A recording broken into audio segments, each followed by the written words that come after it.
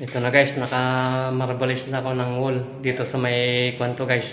Dito sa may hagdanan. Yan.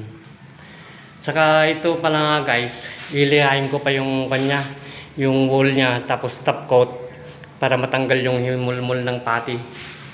Yan guys, so naka-marbalis effect na ako.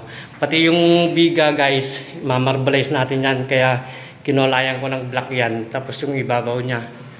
Kaya ito munang inuna ko. Yan yung mga gamit ko guys na nag-marbleize. Yan. Yan guys. Ito guys. Yan.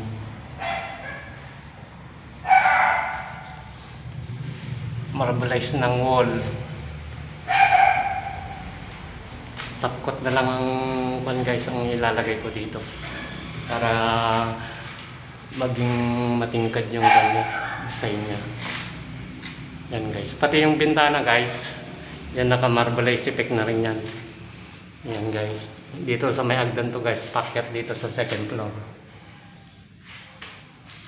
Yan guys, oh.